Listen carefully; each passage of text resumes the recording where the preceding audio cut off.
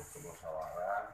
Ya harapan saya juga ke depan untuk membawa desa Cijanti menuju ke arah yang lebih baik dari potensi sumber daya manusia yang ada, sumber daya pembangunan yang ada di desa Cijanti, yang mudah-mudahan ke depan bisa lebih maju lagi.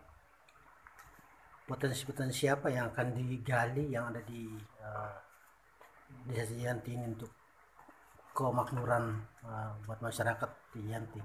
Banyak artinya di sini juga pertanian ada, ya, pembangunan juga banyak ada, bahkan perusahaan-perusahaan besar yang ada di Jayanti itu kan sampai 5 perusahaan besar lah yang ada di Jayanti.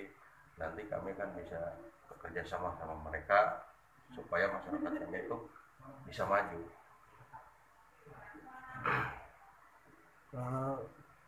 Sejauh mana akan memahami permasalahan-permasalahan yang ada di desa Cijanti? Sebenarnya kalau bicara masalah itu, karena saya juga bukan pegawai desa dan saya juga bukan orang desa, jadi saya sedikit tahu kalau di Jayanti itu terutama permasalahannya adalah dari pertanahan. Makanya kalau saya terpilih nanti saya akan bereskan urusan pertanahan dulu. Ya minimal masyarakat itu punya surat. Kalau tidak ada apa namanya ya, selama ini kan ada yang belum punya surat gitu. Kalau cuma SPPT saja kan tidak kuat itu, Pak. Jadi saya ingin ke depan itu semua masyarakat kami itu punya surat tanah sendiri-sendiri. Untuk ini Pak, untuk pendidikan selama ini, mungkin pendidikan di sini sistemnya seperti apa gitu Pak? Nah, masalah pendidikan, insya Allah ketika kami nanti terpilih, kita juga ada sarana-sarananya nanti di mana titik-titiknya, dan kami akan selalu berkoordinasi dengan para tokoh masyarakat yang ada di wilayah desa Cijanti. Ya, tingkat pendidikannya di sini paling tinggi mungkin. Tingkat pendidikannya di sini sih udah maju sekarang, udah sampai sarjana ada kan gitu. Dari mulai TK sampai sarjana tuh ada sebenarnya.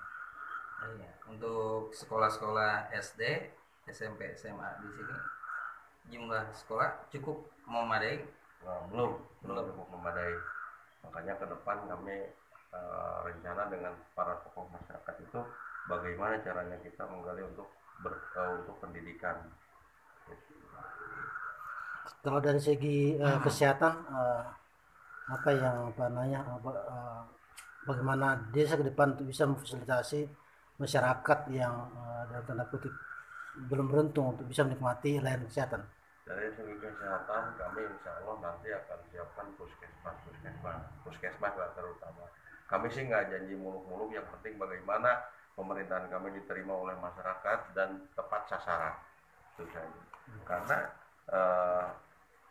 di sini juga memang kekurangannya kesehatan itu harus dipikirkan sama pemerintah desa. Mungkin ke depan kita akan tambah, atau memang karena ya maaf saja saya emang tidak berkecimpung di desa ya kemarin-kemarin, tapi sekarang kita nanya gitu bagaimana sih kesehatan kepada masyarakat, ternyata ya itu minim daripada akses ke puskesmasnya.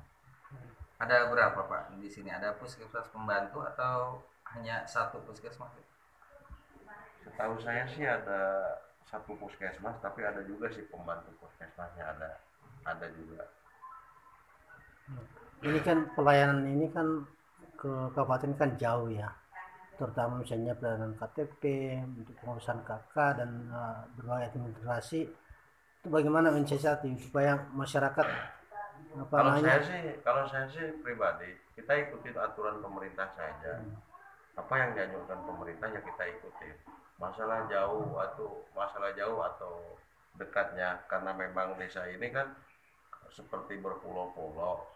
Jadi ya kita harus ada mobil, ya paling tidak mobil desa itu ada untuk penjemputan akses menuju puskesmas atau menuju sarana.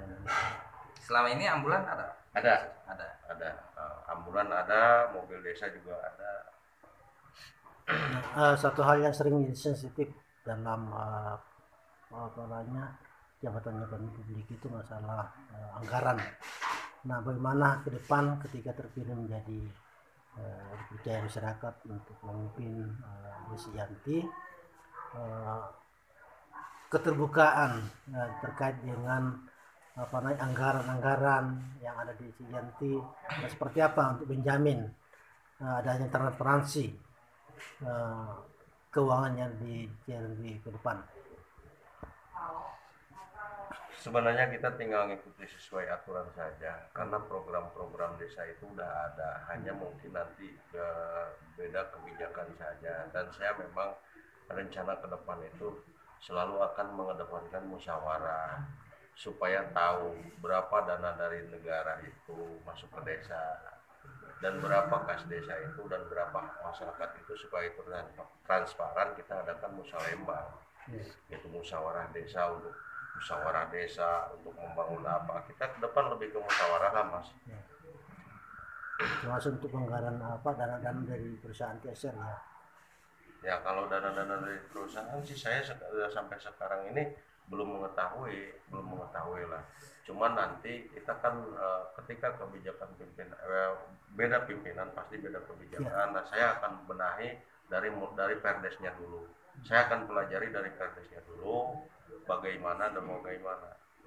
Saya ingin melakukan yang terbaik buat masyarakat, itu saja.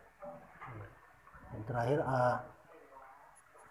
besok minggu ya Pilkades, mungkin ada pesan-pesan yang disampaikan di dalam menyambut ya pesta demokrasi kemudian Pilkades Desi Yanti ini, pesan ke masyarakat baik itu dalam mengikuti prokes maupun dalam menggunakan hak pilihnya. Mungkin ada himbauan pesan dari seorang calon ke pemilih khususnya untuk masyarakat Desi Yanti. Harapan saya semua masyarakat itu datang ke TPS-nya masing-masing, karena sekarang itu beda. Kalau sekarang itu ada 24 TPS di wilayah kami. Ya, harapan saya seperti tadi, mereka datang ke TPS, silahkan hak pilihnya atau hak suaranya sesuai yang diinginkan. Dan harapan saya juga jujur, adil, aman, dan semua bisa terkendali, itu saja. Dan tetap mengikuti protokol kesehatan ya. Dan tetap mengikuti protokol kesehatan, jaga jarak, pakai masker, harus cuci tangan. Ya. Jadi Akang sudah yakin udah bisa ini ya. Insya Allah yakin. Siap. Oke. Baik, ya kami berharap ketika diberi amanah untuk memimpin Desi Yanti, depan Desi Yanti ini bisa menjadi desa yang bisa mengagumkan ya masyarakat Yanti di Kabupaten Bogor ini, karena kita melihat peluang-peluang alam di sini begitu luas ya untuk bisa digali untuk kemakmuran masyarakat sekitar ini. Ya, harapan kita ya berharap semua berjalan aman, damai, ya masyarakat bisa menggunakan hak-haknya. Ya, oke. Terima kasih Akang. Ya, sehat selalu, sukses dalam Pilkades ini. Ya.